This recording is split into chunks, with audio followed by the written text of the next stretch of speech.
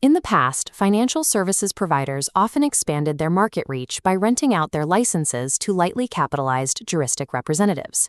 The FSP acted as a central hub, spinning up dozens of peripheral, semi-independent nodes to rapidly drive revenue. I'm here with Oracle Compliance. Today, we are conducting a high-level regulatory analysis of the juristic representative framework. Treating a juristic representative as a commercially independent contractor is no longer a viable business strategy.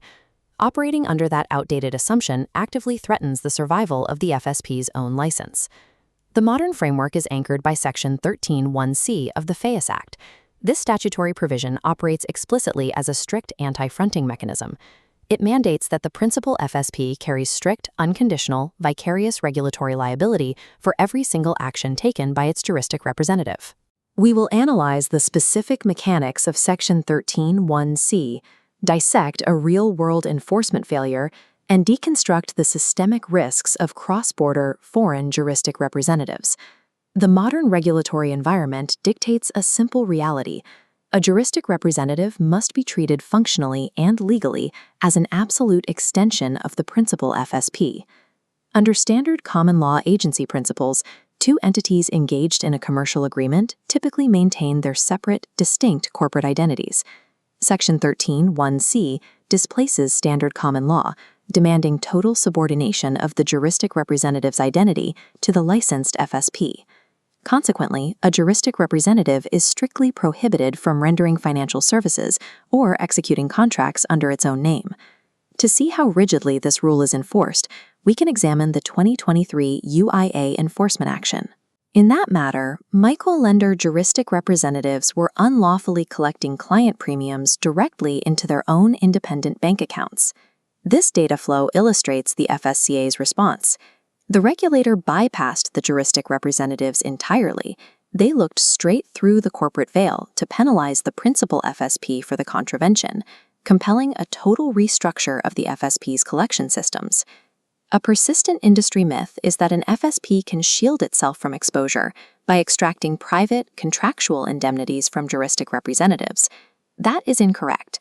Section 13(1)(b)(2) constitutes a public regulatory undertaking to the FSCA. This statutory liability supersedes any private commercial agreement or indemnity clause.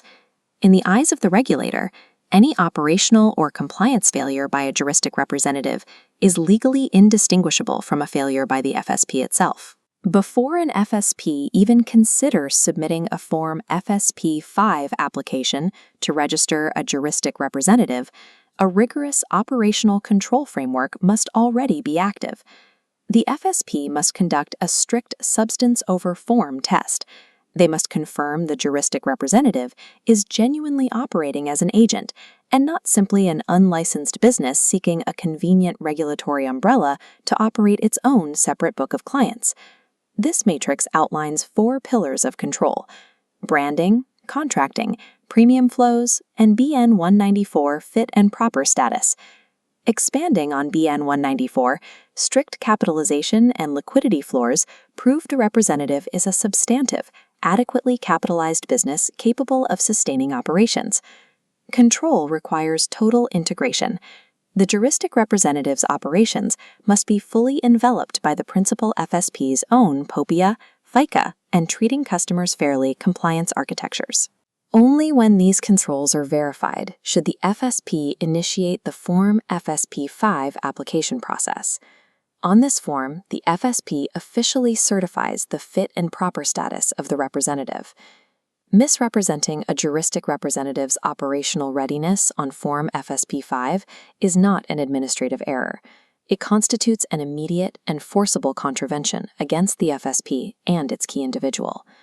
Regulatory compliance cannot be a post-registration goal. The FSP must functionally control the representative's infrastructure before the ink ever dries on the application. Applying this rigid operational structure to a domestic entity is demanding. Attempting to apply it to a foreign domiciled entity introduces severe legal and logistical frictions. The FAIS framework is strictly territorial, designed exclusively to regulate financial services within the Republic. An offshore entity attempting to operate here hits an invisible wall. The first major friction point is legal personality. A foreign company inherently lacks legal standing. The administrative architecture outright rejects entities lacking specific local footprint items, CIPC registration details, local tax reference numbers, and local bank accounts.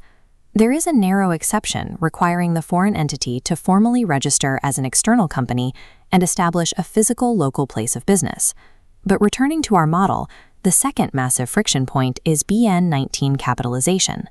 Foreign structures struggle to maintain RAND-framed financial soundness requirements, which rely on financial statements prepared specifically for South African regulators.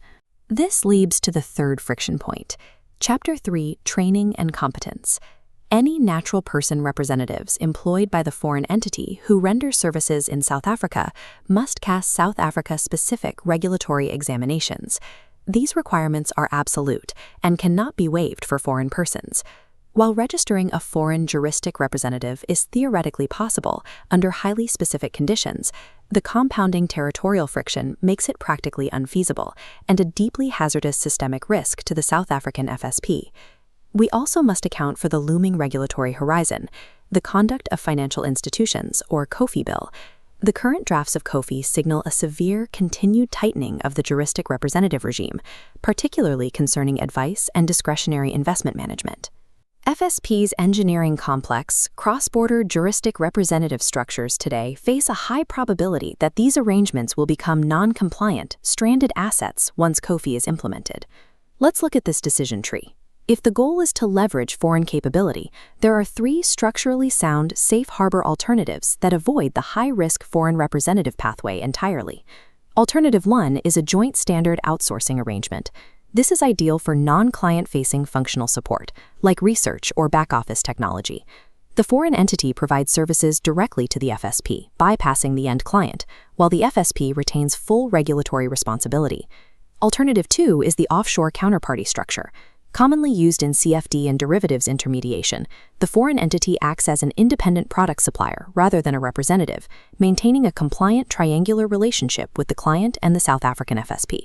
Alternative 3 involves incorporating a distinct South African subsidiary. The foreign group establishes a localized corporate node, resolving all legal personality, presence, and fitness issues in a single step. These alternatives align cleanly with the trajectory of COFI.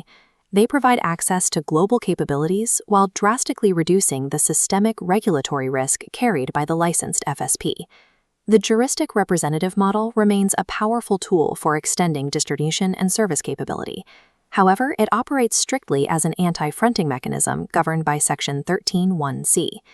Key individuals must maintain an integrated, aggressive monitoring program to proactively detect operational breaches, ensuring every client interaction and premium flow happens under the FSP's direct supervision. You must also ensure a defined termination protocol is contractually locked in. If a relationship turns hostile, the FSP needs immediate legal leverage to extract client funds, reclaim data, and protect its regulatory standing. Please note that this analysis by Oracle Compliance is provided for strategic educational purposes. It is not formal legal advice. When considering specific structural appointments, formal opinions from regulatory counsel should be obtained. Successfully defending the FSP license requires a precise understanding of your operational limits. You must know exactly when to extend your operational perimeter and when to build a wall.